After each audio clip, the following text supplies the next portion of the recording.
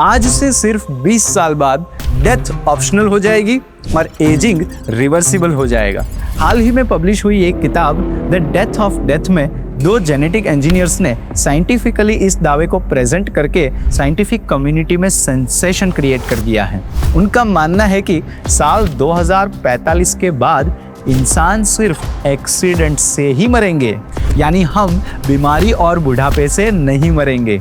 और इन 2 साइंटिस्ट का ये भी कहना है कि टाइम आ चुका है कि अब हम बुढ़ापे को बीमारी के तौर पर देखने लगे, ताकि बाकी बीमारियों की तरह इस बीमारी के इलाज के लिए भी पब्लिकली फंडेड रिसर्च शुरू की जा सके। अब सवाल आता है कि इन बातों का साइंटिफिक बेसिस क्या है। दरअसल इन वैज्ञानिकों का डेथ को स्टॉप करने का अप्रोच ये था कि सबसे पहले वे नेचुरल डेथ के कॉज को फाइंड आउट करेंगे और बाद में उस कॉज को स्टॉप कर देंगे। अब इस जर्नी में उन्होंने हाफ वे तक सक्सेस हासिल कर ली है, यानी अब वैज्ञानिकों को पता चल चुका है कि नेचुरल डेथ का कॉज क्या है। नेचुरल डेथ का कॉज है हमारी बॉडी के सारे सेल्स का एजिंग, और एजिंग का कॉज है डीएनए टेल्स का छोटे होते जाना। अगर हम इन डीएनए टेल्स, जिन्हें टेलोमर्स कहा जाता है, उनको छोटा होने से स्टॉप कर दे तो एजिंग को रोका जा सकता है। इस बात को थोड़ा डिटेल्स में समझते हैं। हमारी बॉडी के हर पार्ट का डेवलपमेंट और फंक्शनिंग हमारे सेल में प्रेजेंट डीएनए के द्वारा कंट्रोल होता है। डीएनए क्या होता है और वो कैसे हमारे बॉडी को कंट्रोल करते हैं, वो हमने डीएनए डेटा स्टोरेज वाले वीडियो में डिटेल में डिस्कस किया है। अब ये डीएनए टाइटली पैक्ड होकर क्रोमोसोम्स के फॉर्म में हमारे सेल्स में प्रेजेंट होते हैं, और इन क्रोमोसोम्स के टेल्स को टेलोमर्स कहा जाता है। टाइम के साथ साथ ये टेलोमर्स डैमेज होते हैं और छोटे हो जाते हैं। स्मोकिंग, अल्कोहल, एयर पोल्यूशन, ये सब भी इन टेलोमर्स को तेजी से छोटे कर देते हैं, और इनके छोटे हो जाने की वजह से सेल्स की वाइटलिटी जो है वो कम हो जाती है, और इवेंचुअली सेल्स वीक होकर डेड होने लगते हैं। और सेल्स के डेड होने की वजह से बॉडीली ऑर्गन्स भी फंक्शन करना स्टॉप कर देते हैं, और eventually at one point of time हमारी पूरी बॉडी डेड हो जाती है।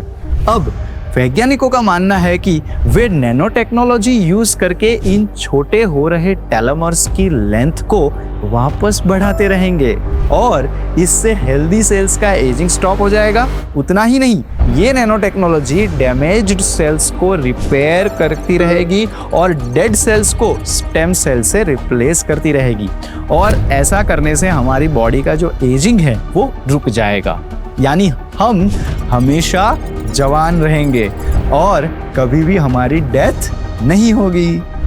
ऐसा ही सेंसेशन 1988 में कैलिफोर्निया के इंजीनियर चार्ल्स ऑल्सन ने अपने paper a possible cure for death के द्वारा क्रिएट किया था। ऑल्सन ने अपने पेपर में बताया था कि ह्यूमन बीइंग की आइडेंटिटी ब्रेन में छुपी होती है, इसीलिए वे ह्यूमन ब्रेन्स को कीमो प्रिजर्वेशन से प्रिजर्व करेंगे, और फ्यूचर में जब टेक्नोलॉजी एडवांस हो जाएगी तब वे उन ब्रेन्स में से इंफॉर्मेशन एक्सट्रैक्ट करके एग्जैक्ट सेम ब्रेन्स और बॉडीज को डेवलप करेंगे, जिससे उन इंसानों को दोबारा जीवन जीने का एहसास हो सकेगा। ऑल्सन के इस प्रपोजल को उस समय के कई इन्फ्लुएंशियल वैज्ञानिकों ने सीरियसली परस्यू किया और द ब्रेन प्रिजर्वेशन फाउंडेशन को इनकॉर्पोरेट किया। इस फाउंडेशन ने आज तक कई ह्यूमन ब्रेन्स को प्रिजर्व किया है, इस उम्मीद के साथ कि फ्यूचर में वैज्ञानिक इन ब्रेन्स को यूज करके उनके ओरिजिनल ओनर्स को नए बॉडी में रिवाइव करेंगे। इतना ही नहीं, 2023 तक अमेरिका में 500 से ज़्यादा अमीर लोगों ने अपनी बॉडीज को क्रायोनिक्स के जरिए एक्सट्रीम लो टेम्परेचर पे फ्रीज करवा के प्रिजर्व करके रखा है। उनकी उम्मीद है कि फ्यूचर में जब टेक्नोलॉजी एडवांस्ड हो जाएगी तब इनके बॉडीज को वापस रिएक्टिवेट किया जाएगा और वे वापस जिंदा हो जाएंगे। ऑफ कोर्स ये बातें सुनने में काफी साइंटिफिक लगती है, लेकिन इन बातों को मेन स्ट्रीम साइंटिफिक कम्युनिटी ने सूडो साइंस डिक्लेयर किया हुआ है।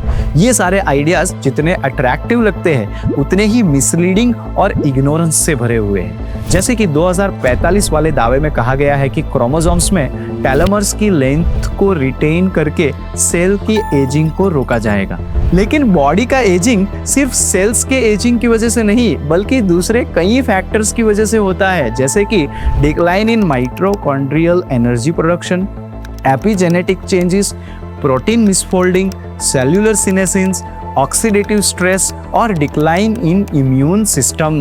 मियरली टेलोमर्स की लेंथ को रिटेन करने पर ये सारे इश्यूज टैकल नहीं होते और इसीलिए एजिंग स्टॉप नहीं होता।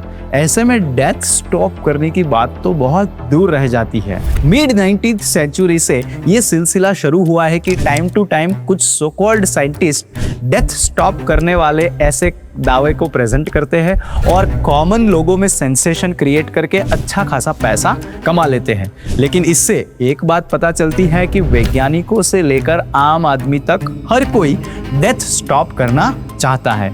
सिर्फ दिक्कत यह है कि उनको डेथ स्टॉप करने का तरीका नहीं पता। इनफैक्ट उनको डेथ क्या है वो भी नहीं पता। अक्सर लोग सोचते हैं कि डेथ मतलब अपने अस्तित्व का खत्म हो जाना, लेकिन ये बात सच नहीं है। श्रीमद् भगवद गीता में भगवान श्री कृष्ण सबसे पहली चीज जो सिखाते हैं वो है डेथ का मतलब। वासांसि जीर्णानि यथा विहाय नवानि गृह्णाति नरोपराणि तथा शरीराणि विहाय जीर्णानि अन्यानि साम्याति नवानि देहि।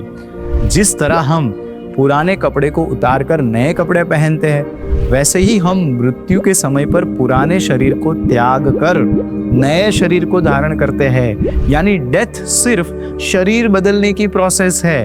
अभी हम जिस शरीर को धारण करके जी रहे हैं वो शरीर मैटर से बना है और प्रकृति का नियम है कि मैटर से बनी हर चीज समय के साथ नष्ट हो जाती है।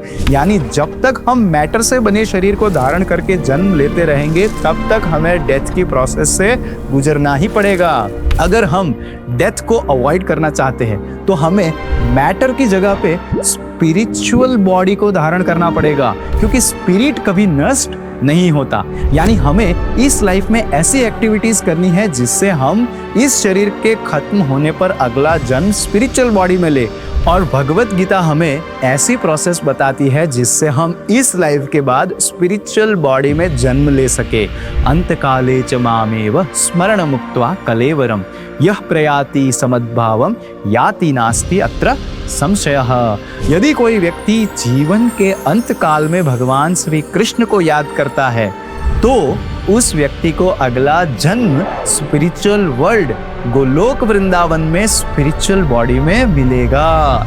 और ये भी बताया गया है कि यद् गत्वा न निवर्तन्ते तद् धाम परमं मम। जब व्यक्ति गोलोक वृंदावन धाम में स्पिरिचुअल बॉडी में जन्म लेता है तो उसके बाद उसको डेथ का सामना कभी भी फेस नहीं करना पड़ता। वो इटरनली भगवान कृष्ण के साथ वहां एंजॉय करता है। अब सवाल आता है कि जीवन के अंत में भगवान श्री कृष्ण को कैसे याद करें। अगर हम जीवन के अंत में भगवान श्री कृष्ण को याद करना चाहते हैं तो हमें पूरे जीवन को कृष्णा सेंट्रिक बनाना पड़ेगा। हमारी हर एक्टिविटी का सेंटर श्री कृष्ण को बनाना पड़ेगा और इसकी शुरुआत होती है एवरी डे हरे कृष्ण मंत्र के चैंटिंग से। Hare Krishna Krishna Krishna Hare Hare, Hare Ram Ram Ram Hare Hare. Thank you very much. Hare Krishna.